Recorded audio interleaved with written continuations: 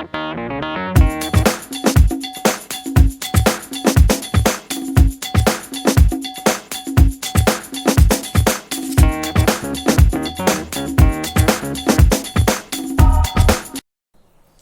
बच्चों नमस्कार।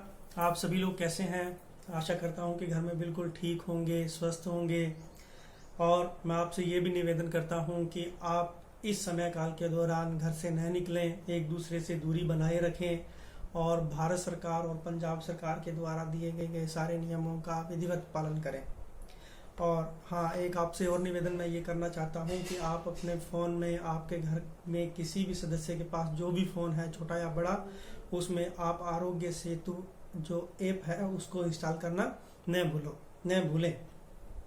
और कक्षा 10वीं के संदर्भ में जब हम बात करते हैं तो हमारा सबसे पहला पाठ है जो आपकी किताब है स्पर्श, उसका पहला पाठ है कबीर की साखी। तो आज हम कबीर की साखी के बारे में पढ़ेंगे। तो हिंदी साहित्य के भक्ति काल के सुप्रसिद्ध कवि कबीर हुए हैं और इन्हीं भक्तों के कारण जो भक्ति काल को स्वर्ण काल भी कहा जाता है। तो कबीर का जन्म 1398 ईस्वी में काशी में हुआ था और इनके गुरु का नाम रामानंद था।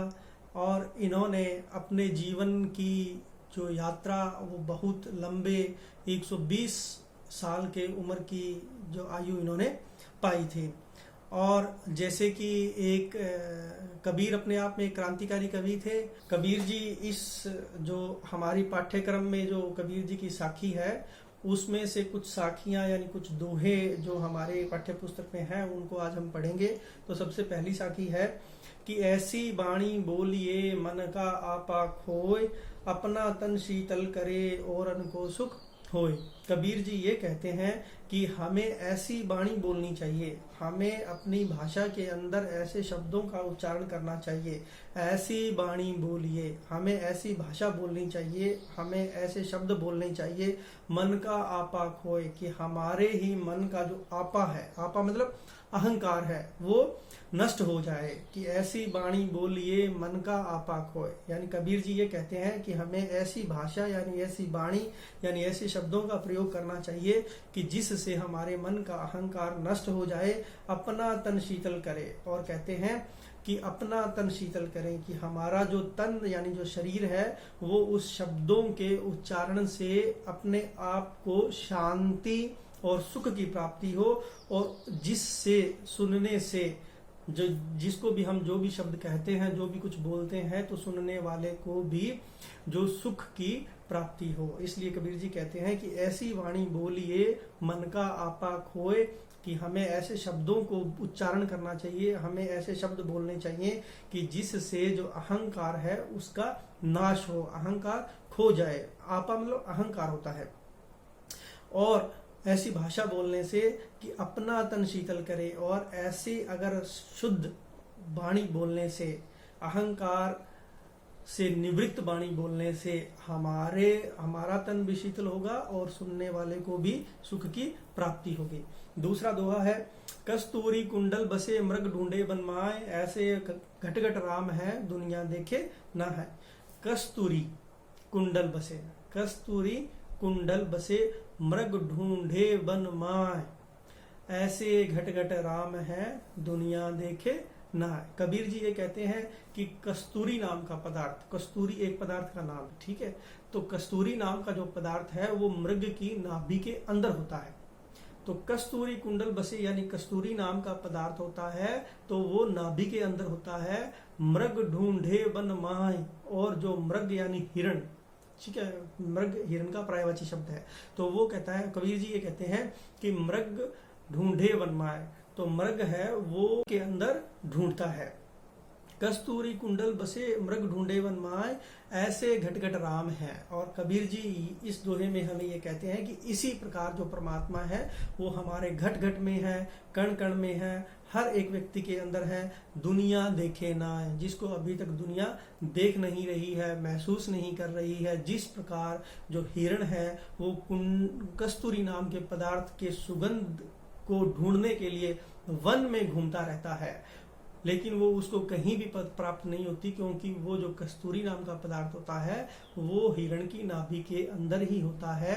इसी प्रकार जो परमात्मा है, जो परमात्मा की उपस्थिति है, वो हमारे शरीर के अंदर ही है, हमारे घट के अंदर है, और वो परमात्मा घट घट में वास करता है। इसलिए परमात्मा को कबीर जी के कहे अनुसार अपने समय के अंदर ही खोजना चाहिए।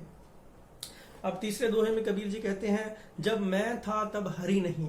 अब वो कहते हैं कि जब मैं था तब हरि नहीं, अब हरि है मैं नाहीं। हरि कहता है जब मैं था, मैं मतलब अहंकार यानी समय, ठीक है। तो इसमें कबीर जी कहते हैं कि जब मैं था, यानी जब, जैसे उन्होंने पहले एक आपा शब्द का प्रयोग किया है, आपा मतलब भी अहंकार, जब हम अपने आप की बात करते हैं या जब हम मैं की बात करते हैं, तो वो कहते हैं कि जब मैं था तब हरि नहीं। हरि मतलब भगवान। तो कबीर जी कहते हैं कि जब मैं था, जब अहंकार था तब हरि नहीं था, यानी जब जहां पर अहंकार होगा वहां पर परमात्मा नहीं होगा। तो कहते हैं कि जब मैं था तब हरि नहीं, अब हरि है मैं नाही। और कहते हैं जब मुझे परमात्मा की प्राप्ति हो गई, जब मुझे परमात्मा के दर्शन हो गए, तब मैंने ये अनुभव किया कि अब हरि है लेकिन मैं नहीं हूं। लेकिन जब भगवान है तब अहंकार नहीं है।